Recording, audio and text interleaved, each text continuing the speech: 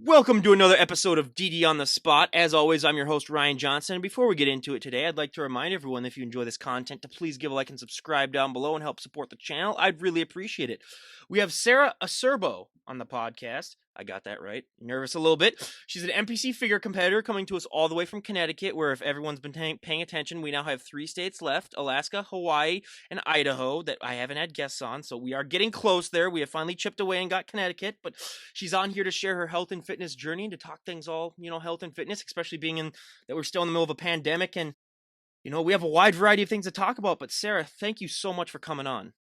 Yeah, thank you so much for having me. I'm really excited. Absolutely. Well, I got to ask first off, even though it pains me to ask, what's the weather like in Connecticut today? The sun actually literally just came out, but it was pretty cloudy before. Um, the leaves are all like turning / starting to fall. It's probably like 55 out, 60.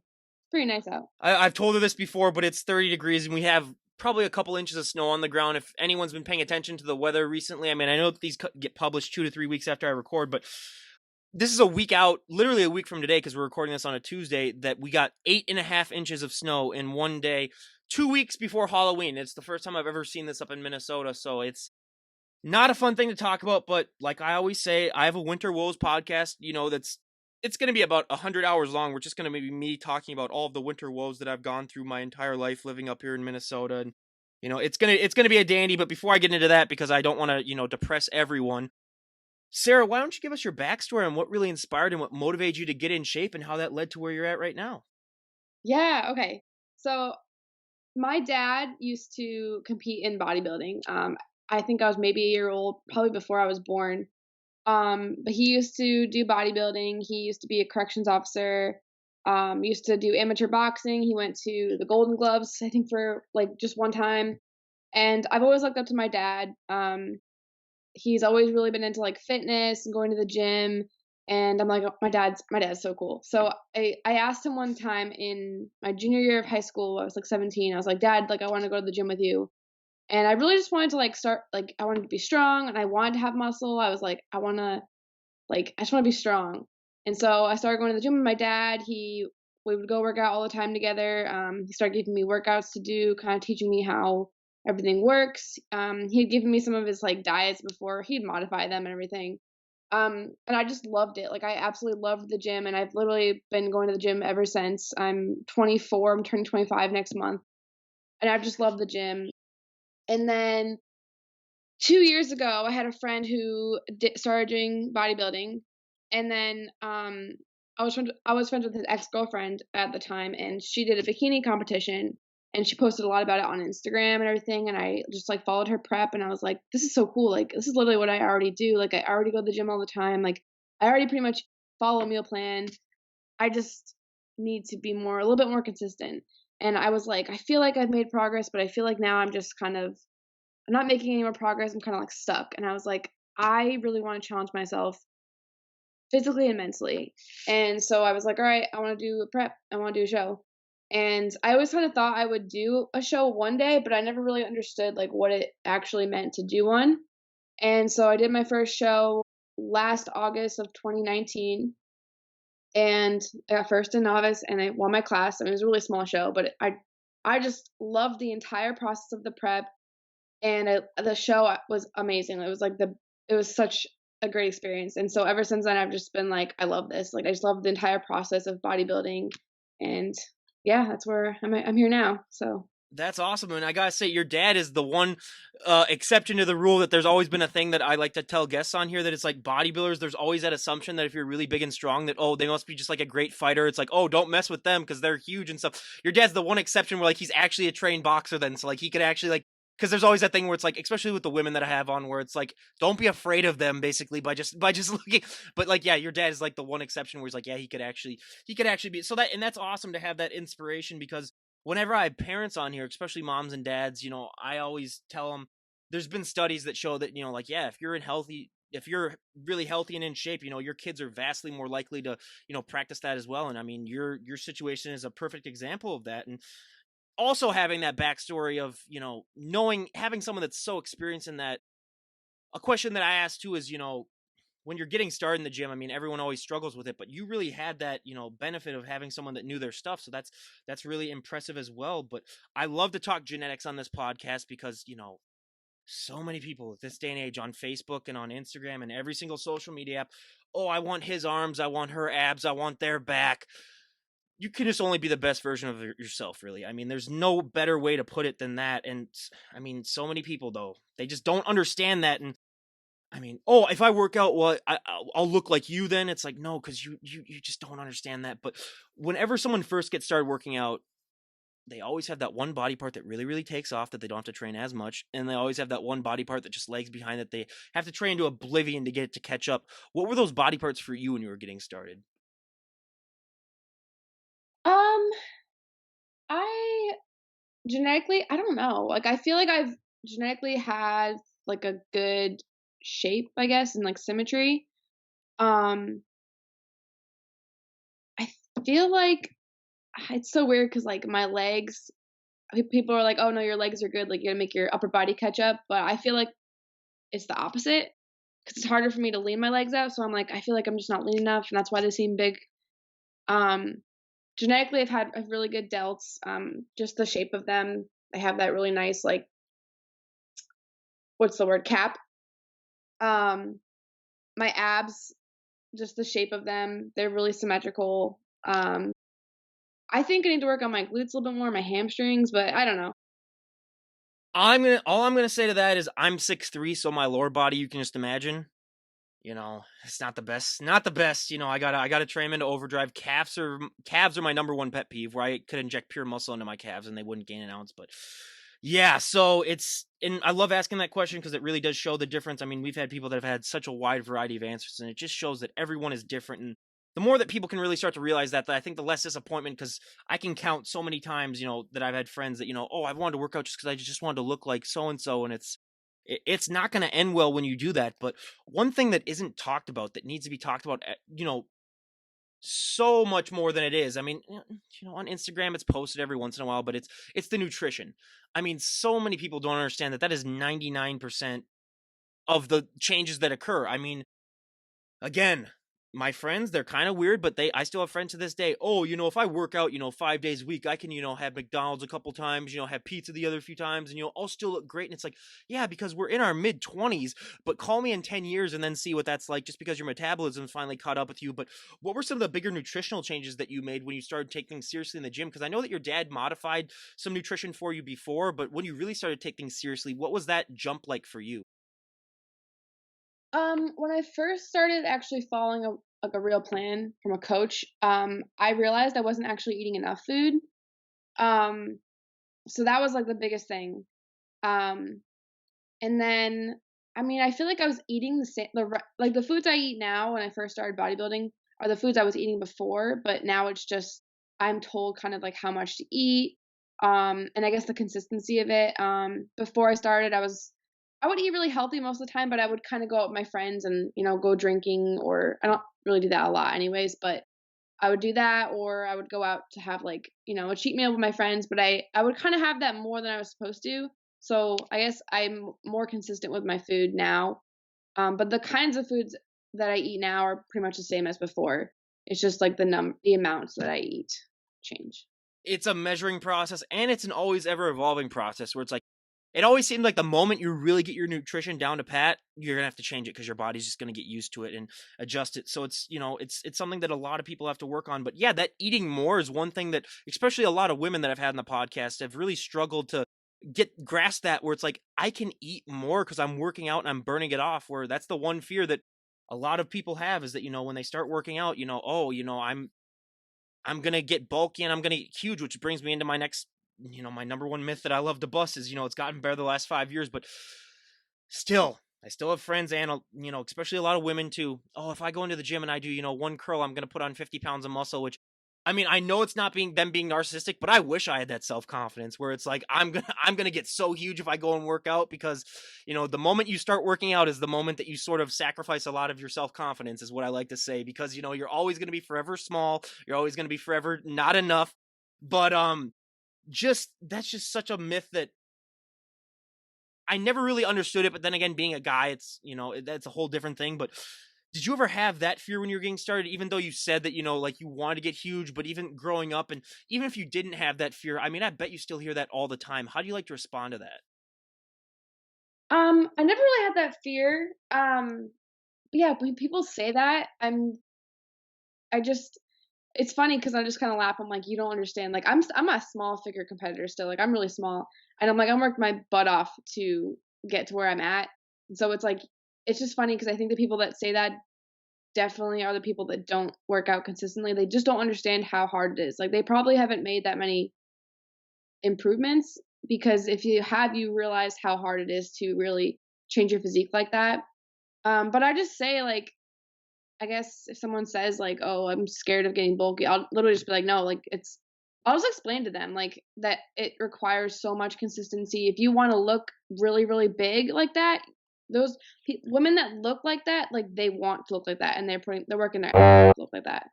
And again, if you want to look like that, or if you don't want to look like that, and you do, give me a call because I will gladly help you I'll gladly help you size down while you give me the secrets on how you got to be that big. But yeah, it's just unfortunately that's just another thing that isn't talked about. And a lot of those people too, like what you were talking about, they're the people that go to the gym, once or twice a week, and they work out for like half an hour, and they're like, "Am I big yet?" And then it's yeah, they just don't. And again, the nutrition aspect too is one thing that they usually don't follow as well. Like my friends will still ask me, they're like, "Why am I not in such great shape and stuff?" And it's like, "Cause we went to McDonald's yesterday and then you're asking me to go again." Basically, it's like, dude, what do you like, what do you do? So yeah, it's just, I could get into like a 10-hour tangent on that as well, which I'll probably end up doing. But one thing that I love to talk about, especially with women on this podcast, because I think it's one thing that affects women so much more than it does men in a positive way when it comes to the gym, is that confidence boost that working out gives you. I mean, we have had hundreds of women on this podcast, and just, that's the one thing that I always say you can take from the gym and use to impact every single aspect of your life, is that confidence boost. How have you taken that confidence boost that working out's given you and used it to impact your life in a positive way? Oh my gosh. Okay, this is like I love this. So I like when I first started working out, like I definitely felt that confidence boost. And then when I did my first prep, like obviously you have to have a different level of discipline. And there's days where you're just like, this is awful. Like I feel like, and you make it through the prep, and then you do your show and you're like, that was so worth it. And even if you don't do bodybuilding, if you don't do prep, if you just work out and you just, stay consistent, like I've really learned so many lessons through all of this, and it translates into everyday life and every aspect of life. It translates into business, translates into everything: self-discipline, confidence, self-worth, belief, all this. And that's like my favorite thing about fitness. Like that's one of my favorite things about it. And that's something that I really want to show people, that like when you do like these hard workouts, when you do things that you don't really want to do in the moment, like when you really want to have a piece of cake and you don't do it and you stick to your plan or push through a workout or whatever it is, like you just feel so amazing afterwards. And I just want to show people that fitness is so much more than just like lifting weights and eating certain foods. Like it's so mental. It's so mental.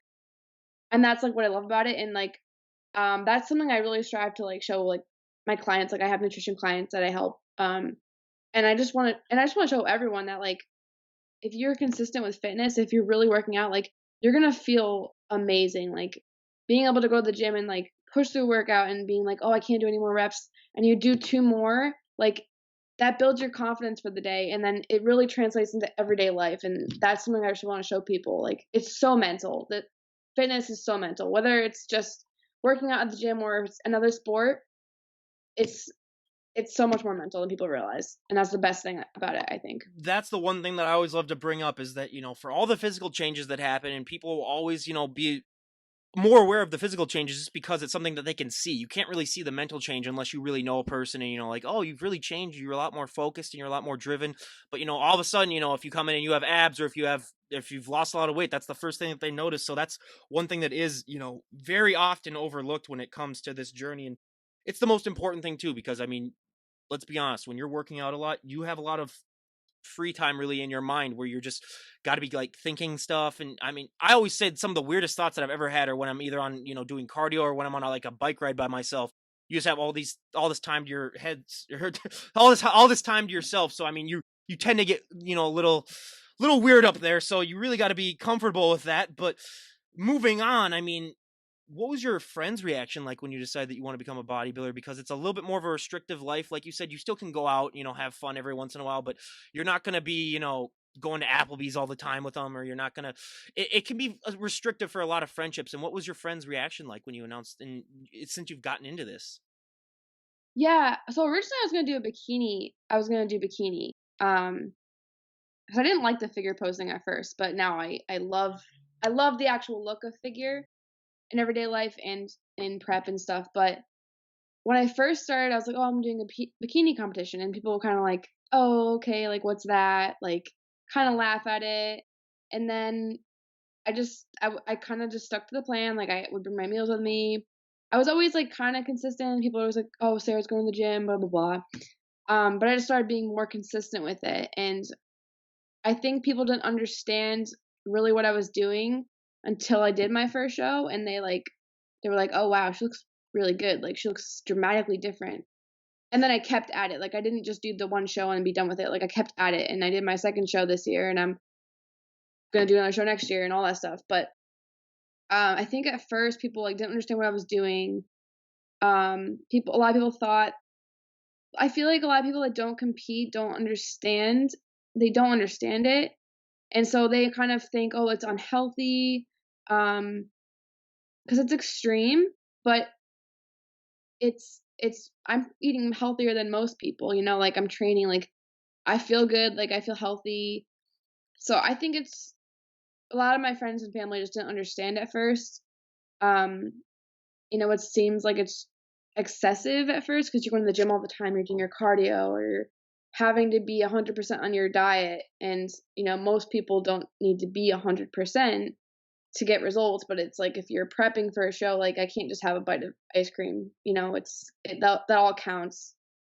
So I think just the longer I've been in it, more people understand, so. Well, and that answers the question of why I never competed, because I have all the dedication in the world when it comes to training, but with that diet, there's no way. I mean, I've told plenty of people, they're like, "Oh, why don't you ever do it since you're really into this lifestyle?" It's like, because I just, I've tried going on diet, I've tried going on like prep diets before. I last a week at most, and then I'm just like, okay, I can't do this. I need to have a beer every once in a while. I need to, have a hot dog or a corn dog or a hamburger or anything. So, but yeah, just that.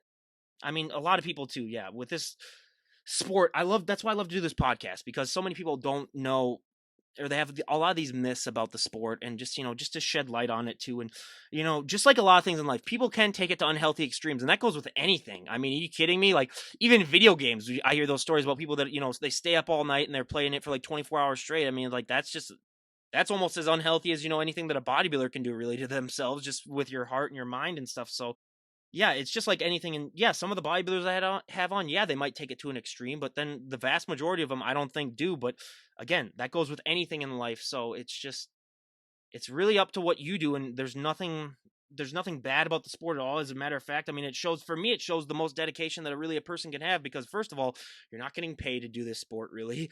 You're not going to make money doing the sport unless you're like one of the top people on the planet, which, I mean, that's a select few. And you have to go up on stage and pose in front of a ton of people, and it's like, who has the self-confidence to do that, first of all, to start off with? And it just requires so much stuff. And I'm not even going to get into those high heels that they make the women wear for figure and stuff like that, because That's, it's like, like, the hardest part, yeah, seriously. it's like, don't these people go through enough as it is? But we'll talk about that in a little bit. But I have to ask, because the most important thing that I never would have understood before I started this podcast is that, for so many people that I have on, the hardest thing for them is posing. Whether it comes down to your nutrition, whether it comes down to your working out, posing takes the cake. I mean, I like to compare it now to being a perfect driver, where you can be a great driver, you can never be a perfect driver. You can be a great poser, you can never be a perfect poser. It's always ever evolving. What is your experience with posing been like, especially being that you wanted to start out in bikini, and then you went to figure, and their poses are somewhat similar, but not that similar. So my first prep, my coach just kinda helped me with my posing. My posing was actually pretty good for my first show, like, it was pretty decent, it was okay for my first show. And then I've working with Kenny Wallach because he actually lives, like, pretty close to me, so I'm able to meet with him in person, and I thought my posing was, like, decent before I met with him, and literally after 5 minutes, I was like, "Oh, my posing sucks." Like, it's so bad. And so it's gotten a lot better. Um, but posing is hard, like, and, like, you watch, like, these pros and these people that have competed before, and they make it look so easy because it's like, they're just standing there, or they're doing, like, their routine, whatever. It's hard, like, you're flexing every single muscle, well, not every single muscle, but you're flexing a lot of muscles at the same time. You have to make sure even, like, the slightest tweaks make a huge difference, and making sure you're smiling, not breathing through your stomach. It actually requires a lot of endurance. It's hard, but I think it's awesome, and I always kind of think of bodybuilding as, like, an art, and I think it is an art. And your body is literally your canvas. So posing, it's like an art, especially the divisions that get to do routines like bodybuilding, women's physique, and stuff like that. It's just I think it's so beautiful because it's like that's your artwork, and you getting to do your posing. It's just like an art, I guess. I don't know how to explain it, but posing is definitely hard, but I think it's also like so beautiful. It's a pageant with muscles basically, but unfortunately they don't have the questionnaire part because with all the bodybuilders, especially with all the prep brain that they have, I would love to ask them like serious complex questions and see the answers that they would come up with because that would be hilarious. Not it would put to the detriment of a lot of bodybuilders, but yeah, with posing it's I mean, you're never going to get it right perfectly. I mean, it's always ever evolving. You're always going to have to change things up and that's, it's just unfortunate. And let's be honest, the body is not meant to be in that flexive a state for that long of a period of time. I mean, it's never going to be something that's going to be, that satisfying for a lot of people, but one pose that a lot of people expect, well, a lot of women I'd say struggle with is flaring their lats. Was that something that you ever struggled with? Because every time I say that, almost always we get like a groan or we get like, oh my God. What was that experience like for you? Yeah, that's definitely the hardest one, I think. Kenny, I swear, like, you can look on my Instagram too if you scroll down. Like, I have like my before picture and my after, literally within 5 minutes of him helping me, and it's insanely dramatically different. Because I had like my arms out, and like when you think you see like the lat flare, and you're like, oh, my arms have to go out, but it's not. It's all about like your shoulders and like how you contort them and stuff. But once you know how to do it, you can do it. And I'm still learning. I'm still practicing because some days I'm like, oh, that was not good. But it's not your arms, it's more of your shoulders, I would say. And it seems like Kenny Wallach has a monopoly on the posing because almost every guest that I have on, they're either training with him or someone else when it comes to posing. So that's great that he lives super close to you because we've had guests that from like Texas or California where they do like Skypes with him basically. So it's great that you're that close. But out of your figure poses, what is your favorite pose and what is your least favorite pose? Even though I know you only have four. Yeah, I think my favorite one's my back pose, even though I still really need to work on it. I like my back a lot, and I just like seeing all the detail of it. My least favorite, it used to be my side pose because my if you look at my first photo, my first show is awful, and actually now I kind of like my side pose too now. So I guess I don't know. It's a hard question. I think back is my favorite. Well, the back would be my favorite too, just because first of all, that's the one body part that really took off for me. Just working in warehouses all throughout college, you either got a really nice back, you quit. But also, like you were talking about with the smile, that's the one pose where you can put your smile down a little bit. And you can just be like, okay, I can relax now. I mean, I still smile though. well, yeah, I know that's just Smile like a that's big just hurt. habit. But like, there's so many things that if the general public were to be more aware with bodybuilding, and one of them that I would stress, probably my top 10 that I would stress to people is that, I mean, if you compete in these shows, your jaw might be the most sore thing after a show just because of all the smiling that you have to do and that's one thing that so many people don't think of. And I've had guests come on that talk about, like, hey, I lost points because I wasn't smiling. And then they were like on the thing, it's like you didn't smile, or even if they let it down for a little bit because you never know how long you're going to be on that stage. But yeah, it's just one of the many things that this sport, is hard on. But heels. I mean, we talked about it for like 15 seconds, but luckily, if I competed, I would never have to deal with that. But for some of these women, it's like, God, don't they go through enough already? And you're making them wear heels when they walk on stage. What has your journey been like when it comes to wearing those heels on stage? I hate wearing heels. It's the one thing I hate. I low key like want to do women's physique because I hate it. I don't wear heels like going out normally because my it actually hurts my feet. I don't like wearing them. So I like actually walk. I don't think I used to like walk super awkwardly in heels, and I've been practicing and it's gotten better.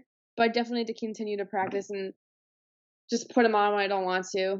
But yeah, walking in heels, I'm not a fan of. Well, plus another reason that I don't wear heels because I'd be like 6'7" in heels too if I wore them.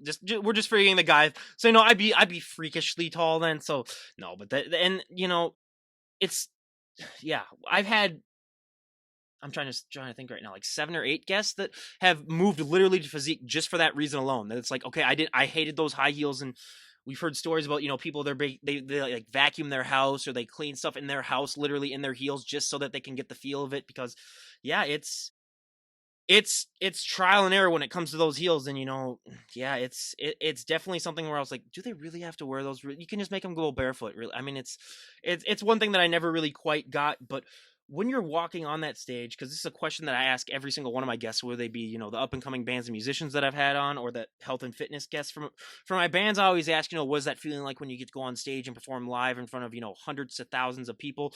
But that also applies to the bodybuilders. What is that feeling like for you when you get to walk up on stage and show off all that hard work that you've been working, months upon months on? So someone I met during my first prep at my gym, his name is Steven, and he's like one of my really good friends now. Like he really inspires me. He also competes. And you could talk to him for like 30 seconds and you leave feeling inspired. But one piece of advice he gave me before my first show was just go up there and show off your passion. Like just show off your hard work. Just enjoy it every single moment. He was like, let your passion radiate off of you. And so that's kind of something I think of. And like when I'm on stage, I'm like I don't feel nervous. Like both times I've stuttered a little bit just because my body was nervous, but I didn't feel nervous. I just felt like, all right, I get to do this. This is all my hard work, and I just wanted to show off my hard work. And um, I don't know. I don't really feel anything until after I step off stage, and I'm like, oh my god, I just did that. Like I'm so proud of myself. And but yeah, I guess on stage it's just me thinking, okay, I get to show off my hard work, and I just want to show off. Like I want to spread good vibes. And last show, I literally thought to myself, I'm gonna send the judges my good vibes, and that's literally what I thought of. So I was obviously smiling, and that's kind of what I was thinking when I was on stage. So just all good vibes, I guess. Does time seem to speed up or slow down when you're on stage, or is it somewhat of a mixture? It's like a mixture. It's really hard to explain. Yeah, it's like both. It's weird. Yeah, the only thing I can really compare it to is when I was pitching in the state tournament in high school. Yeah, I'm not gonna lie, I was walking out to the mound and my legs were shaking, but as soon as I started warming up, they calmed down. But yeah, I as a pitcher, I could remember some of those innings where you're like, wow, that was it. I threw like 4 or 5 pitches and then they all got like ground outs or something, or pop fives. But then also too, there were those other innings where you're just like, oh god, this needs to end. This needs to end right now. Luckily, I had vastly way more of the former than the last ones. But yeah, it's just a topic that I love to talk about. But now we go to a fun question. What is your go-to post-show meal? Um, both times it's been Cheesecake Factory. I get a burger and sweet potato fries. It has to be sweet potato fries, and obviously cheesecake. Um, and I've had a beer both times. Yeah. Any specific type of beer? What's your go-to? Um, I'm still learning about what kind of beer I like, and Alright. obviously don't drink that much, but I think last time it was Oktoberfest because it was in September. And I think the first time was probably like the same thing, honestly, if I have to remember. Have you ever had Blue Moon? Yeah, I used to like that. I I like don't. I don't. Well, here's the thing. My older brother loves it, and whenever he used to live with us, like our fridge downstairs would be stock full of it, and so I had to drink. But yeah, I don't. I don't really like. For me, I'm not gonna lie. I'm more of a hard liquor kind of guy, just because it gets you drunk faster and it costs less money. So yeah, I'd rather just do shots than drink beer. Which I'm. So I'm that guy when I enter when I enter the party. It's like just give me 3 shots and I'll be good for the next few hours, basically. So yeah.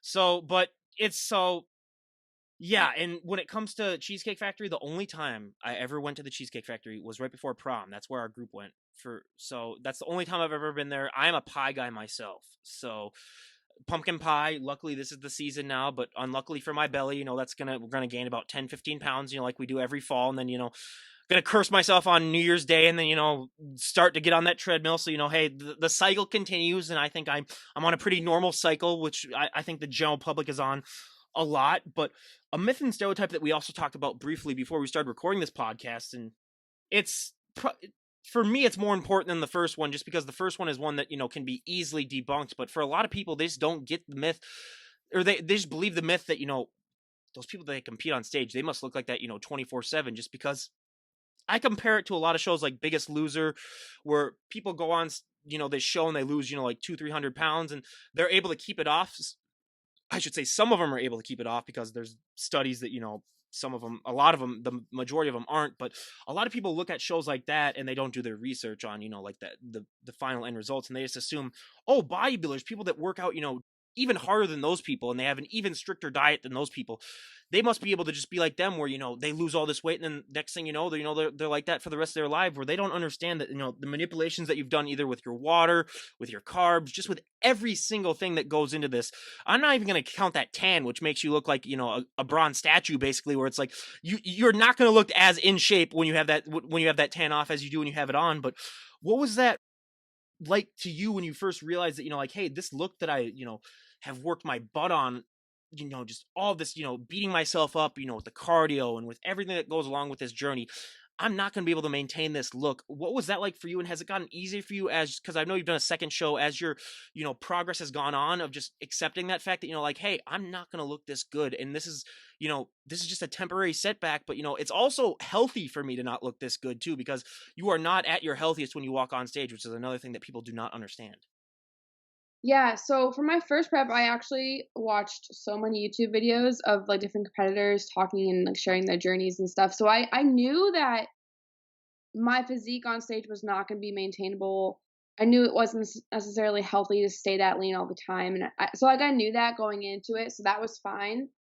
Um, I think it was a little bit harder after the show when I did start to gain weight. I gained a little bit more fat than I wanted to, because I struggled I've really struggled post show with sticking to the plan. So I gained more fat than I wanted to. Um, but this time I've done a lot better. And so I'm not stage lean right now, but I feel good. Like I have a little bit more body fat, but I feel really good. I feel healthy, have more energy. And I feel like I still look pretty good. So it's gotten better, but I knew that it wasn't a maintainable look.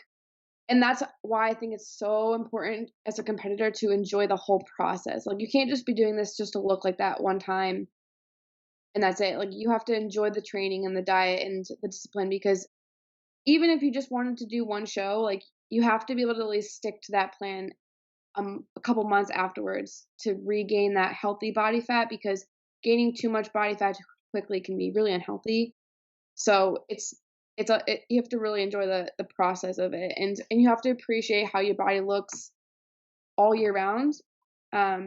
Be proud of the shreds you have during prep, and then be proud of your curves during the off season, or like being proud of more. Oh, I just lifted that much weight at the gym. You have to really enjoy the process. Now she says that she looks pretty good, but I'll post one of her Instagram pics that she posted yesterday of like her doing a front double, and it's like, yeah, if that's pretty good, that's still better than 99.99% of people out there. So that's why I love to talk to bodybuilders about that, where it's like so many times I hear it's like, oh, I don't look good. Or I've even asked people to come on the podcast and they're like, oh, but I'm not like in prep shape, like I don't look good, like I don't want people to see me like this. And it's like, are you kidding me? Like, let's go to the gym right now and let's see who's in better shape than you. I might find one person, and that other person is a bodybuilder that's in prep. So I just love to make sure to get that out there, because I know all about body dysmorphia. I've suffered through it myself, where it's like, yeah, you still look amazing, but also just it's just like starting your own business too. You got to spend money to make money. You got to put on weight if you want to put on muscle. I mean, unfortunately, those two just go hand in hand. But when it comes to the training aspect too,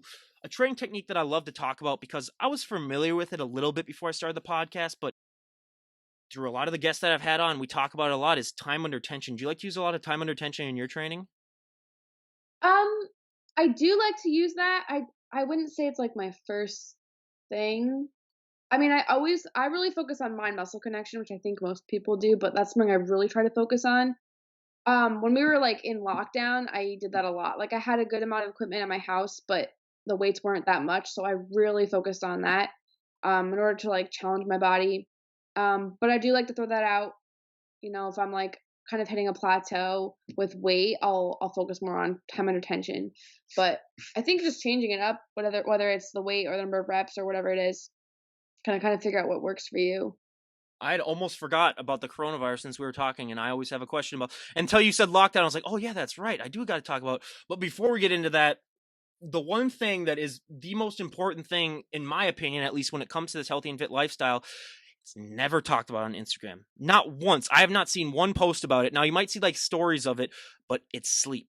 It's the most important thing when it comes to recovery, the most important thing overall, at least in my opinion, just because anyone that disagrees with me, Go a day without sleeping and then try to go work out, or better yet, go 2 days without sleeping and then try to go and work out, then tell me how you feel. In college, I pulled a couple all-nighters, I'm not gonna lie, and then the next morning going and working out, I'd get, half of it done, I'd be like, "Yeah, screw this, I'm done. I can't do this, I need to go home and go to sleep." So, it's just so important, but what do you try to do to get that proper amount of sleep? Because especially being a bodybuilder, sleep is even more important to you than the general person because of all the hard work that you're doing. I mean, you're going to be very tired. And I mean, even me, I've had some of those nights where I've worked out too hard where I just can't sleep just because I'm so sore. And then, you can't work out the next day, or just basically have to do cardio. But what is your relationship with sleep been like since you started bodybuilding? And do you have any tips and tricks on how you get the proper amount of sleep? Or is it just a never ending struggle for you where you just have to basically be addicted to coffee? Oh, I'm addicted to coffee for sure. I've been addicted for, like, ever. I love coffee, as I'm drinking coffee right now. But, yeah, sleep in recovery in general is so important, and I don't think I realized how important it was until I started prepping and doing, like, shows. Um, what helps me is I go to bed at pretty much the same time every night if I can. I try to stop having any caffeine if I can by, like, 2 o'clock. Try not to overload on caffeine. Um, towards the end of prep when your sleep kinda goes to shit anyways, I was taking, like, melatonin. I would meditate sometimes, that would really help me, with, like, kind of soft music in the background. Slowing your breathing down, making sure obviously you have, like, comfortable pillows and stuff like that. But I think, like, kind of just being consistent with going to sleep at the same time. I'd go to bed about 8:30 every night towards the end of prep because I was just so dead. But I think the consistency and, like, finding your routine that works for you is super important. Yeah, so I work nights, so I'm in bed by about 4 a.m., usually. So that's why when we were trying to schedule this, she'd always be like, "Oh, it's like 11 o'clock. It's like 11 a.m. my time." And I was like, "Okay, I'm gonna prepare myself then because I'm only gonna get about 6 hours of sleep then that night." But so yeah, I always find that fascinating that the majority of my guests that I have on, they're getting up around the time that I'm going to bed. Where and I can, I get home usually around 2, so I have nights where like if I know that I gotta do an earlier podcast, then yeah, I'll go to sleep, as soon as I get home. But yeah, otherwise it's like, yeah, trying to de-wind. So yeah, sleep is it's always, a struggle for me. But yeah, it's great that you're able to do that. And so believe it or not, you can tell with my personality that I talk a ton and I'm very hyperactive. Never had coffee once my entire life. Or I've had sips of it at times. Like 4 or 5 times I've had like a sip. I've never even had more than that though. I'll have 1 or 2 sips. I think the most I ever where I just had a regular coffee with nothing in it, no sugar, no nothing. I had, probably like 3 sips of it once, and that's the most I've had in one sitting, just because as you can tell, I don't need it. And but I'm also with this hyperactivity, I cannot take naps. I've taken 6 or 7 naps my entire life. This is a nap for me. I just close my eyes. Don't fall asleep. But if I do it long enough, like if I do it for like 45 minutes, it'll feel like sort of like a nap for me. Well, I'll feel a lot better. But yeah, I've never. And wait. So during this pandemic, I actually did have one nap though. So that's one of the 6. But I always hate those feelings after naps. I don't have the experience that a lot of people have. Is that when you wake up and you just feel weird and you don't know what time it is, and then you look over and you're like, oh, I've only been asleep for an hour, and then yeah, it's just it's a weird foggy feeling. But since we talked pandemic, getting into that, I mean, it's something that's impacted our lives in more ways than we could have ever imagined. I mean, me having to move in back with my parents, as much as I love living with them and as much of great roommates as they are, wink wink, it's been just an ever evolving process. But what has this whole pandemic been like for you specifically? I'm over it, to be honest, but, no, it's Please, never been please, I was over it in April. I was over it day 1, and I said it that day, but anyways, um, I I don't know, I feel like I've learned a lot of lessons throughout it. I think gratitude's a big one. I never lost my job. Like right now I work as an athletic trainer at a high school. So even during that time when schools were closed, I still had like a job that the company worked through helped us with. So I never like lost income. I stayed healthy the whole time. My family was healthy and I was still able to work out. Like I have a decent amount of equipment at home. And so I think throughout the whole pandemic, I would just well, even now, but I really learned to appreciate more of what I have. And I've always practiced gratitude, but I think that grew even more.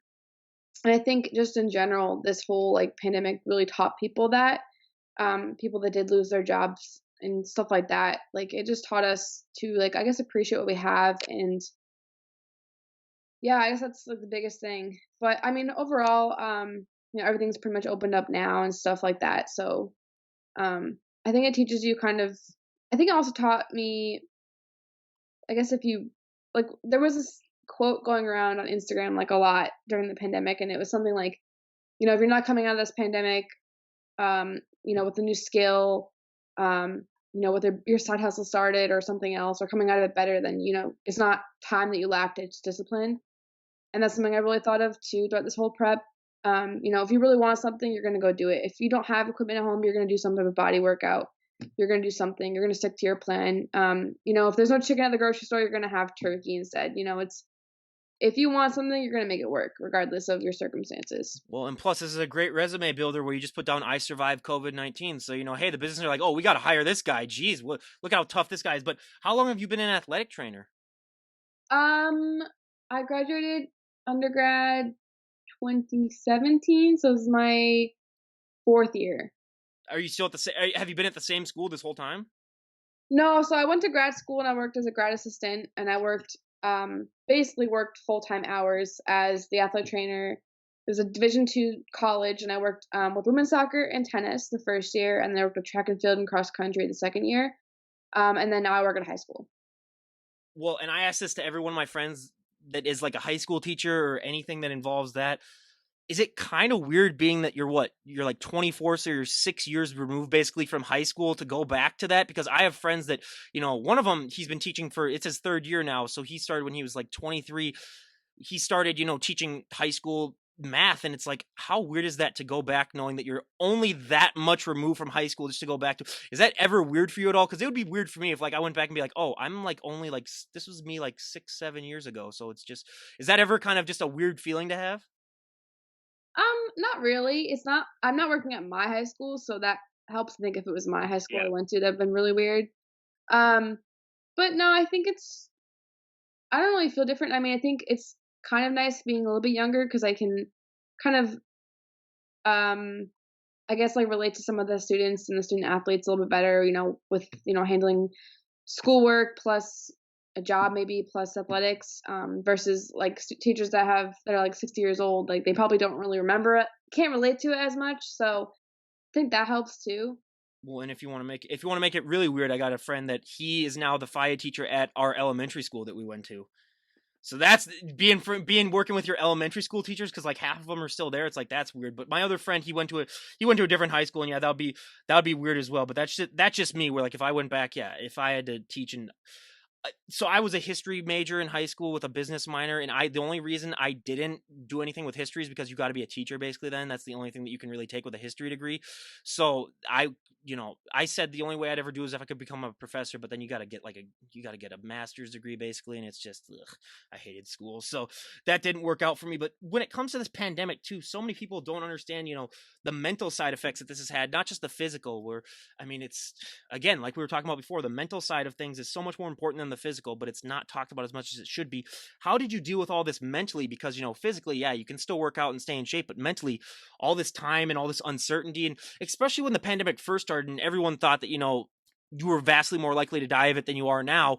There were a lot of times where even me where I was like, what am I even doing a podcast for? Like, what's the point if this is all gonna like come crumbling? Now, obviously, in hindsight, that was a stupid thing to think, but it was verifiable, for a lot of people at that time. But what's this all mentally been like for you? So I was originally going to do my first show this year in June. Um, and so obviously all the shows kept getting canceled or rescheduled and stuff. So I was still prepping throughout the pandemic. Um, and I kind of knew in the back of my head, like, the show might get canceled, the show might get moved, whatever. But me having like that kind of plan kept me like sane, honestly, because there were definitely days where I'm like, this sucks. Like, there's nothing to do. Everyone's miserable. No one knows what's happening. Like, this sucks. But me being on prep with like, this is what I'm eating, this is what I'm gonna work out, like, kept me sane, honestly. And having that discipline with my prep also kind of helped me with just continuing to do other things throughout the pandemic. So, I got my personal training certification, I had my nutrition certification, and I got my bodybuilding certification pretty much all in that time. So I was trying it like, being on prep really helped me be productive. I started getting more clients through for nutrition coaching because I don't know, it just kept me, like, having a goal, whether or not I was gonna get on stage kinda helped me stay on track with other things too. So, I guess mentally, like, just having a goal set really, really helped me. Or I mean, you could just be like my brother, who he's one of those lucky people where he was making more money on unemployment than he was from his actual job through all this. So he was just like, "Oh yeah, I'm just gonna, have a nice couple, 4 or 5 month vacation, basically, where I can just, do whatever." So yeah, that lucky sob. That's, I mean, but yeah. So and there's so many ways that you people could have gone with this, and it seems like you did, the right thing that a lot of people should be doing. But one thing that with this pandemic that I love to bring up too, so many people, if you were to talk to them, and I mean, you being a personal trainer and, helping out others, you've heard this probably a million times. Oh, I want to get in shape. I just don't have the time. I just don't have the time. I'm so busy.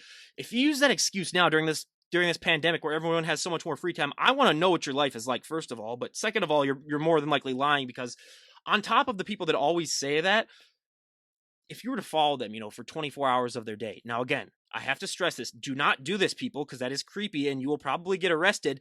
But hypothetically, if you were to follow someone for 24 hours out of their day and write down like everything that they did, you would find at least 2 to 3 hours, probably, of times that they were like sitting around on their phone, just doing stuff that there's time in everyone's day that you can go and work out. And unless you're Dwayne The Rock Johnson, who I'm starting this conspiracy theory that he has signed a deal with the devil where he gets like 27 or 28 hours in his day. Because how he's able to be in shape with all the stuff that he's doing, I have no idea how that's possible. But he might be the one outlier. But everyone has that same amount of time. So, what's the best piece of advice that you would give someone, especially now during these times, who might walk up to you and say, like, hey, I really want to get in shape, but I just, I lack the tools and the knowledge, because now that that time thing's busted for so many people, especially during this day and age, I mean, just the lack of knowledge, because everyone wants to look better.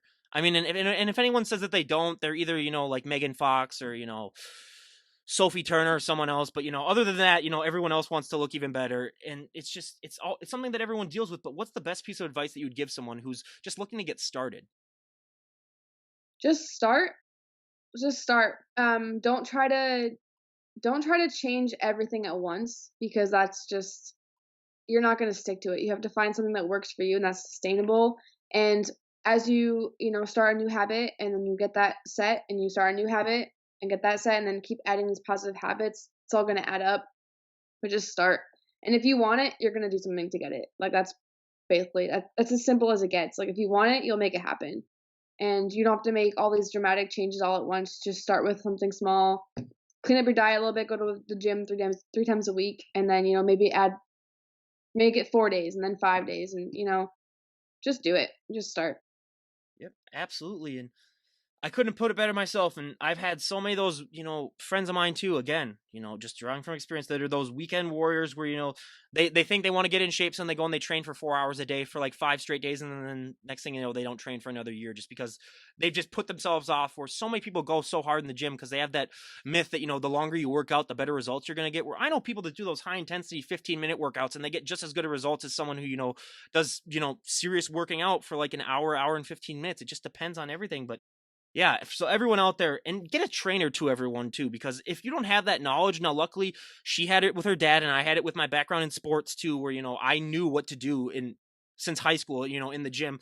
But if you don't, I mean, I couldn't imagine myself doing it without a trainer if I didn't have that knowledge. So just do that as well. But the last couple of questions before we wrap things up here. So Sarah, if we were to talk to you a year from today, now again, if I were to have talked to you a year ago from today, and you would have said that there would have been a global pandemic and our entire lives would have changed, and all this stuff would have happened, I would have bet my entire life savings against it. So I asked this question with a grain of salt because I don't know what it's going to be like. And if you're talking to me a year from today and you see like fire in the background and you hear gunshots in the background, who knows what's going on, then you know that something's gone down. But I'll rephrase it. In an ideal world, a year from today, where would you like to be at in your life? What are some goals that you'd like to achieve if we were to talk to you a year from today?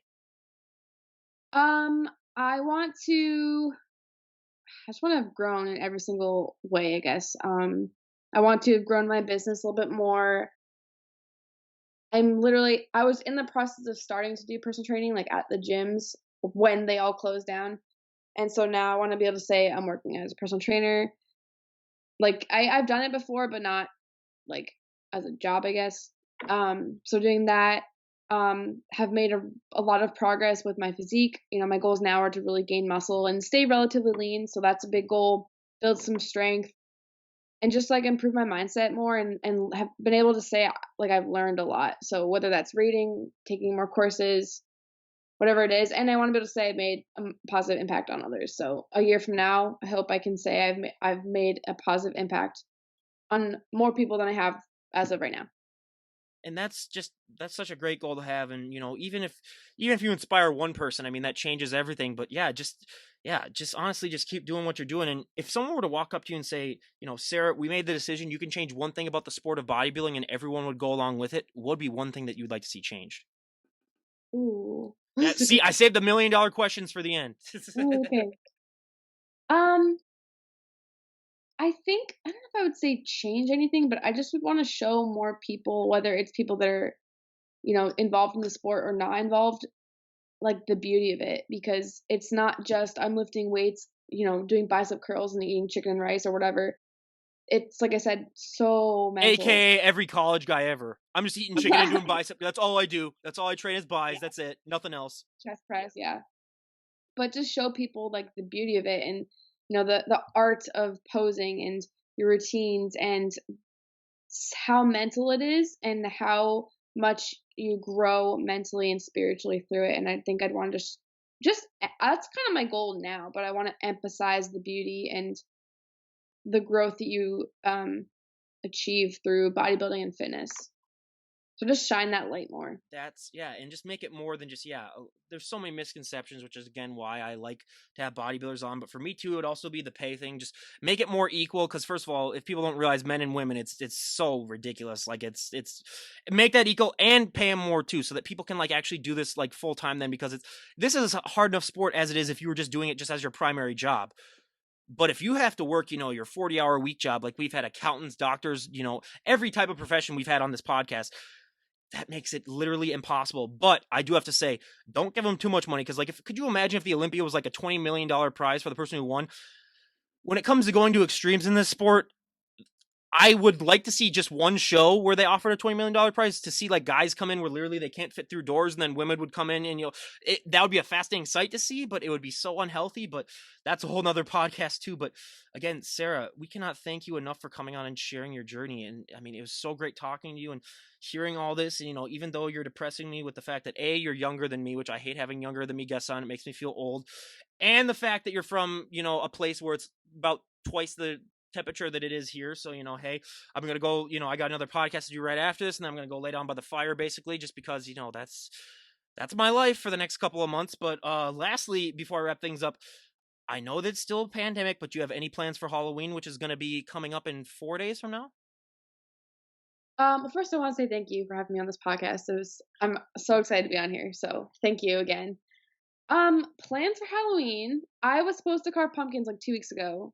I have not done it yet. So I think I'm gonna do that day and just kind of chill, listen to some Halloween music. I get I get a refeed slash cheat meal that day, so I'm gonna do that.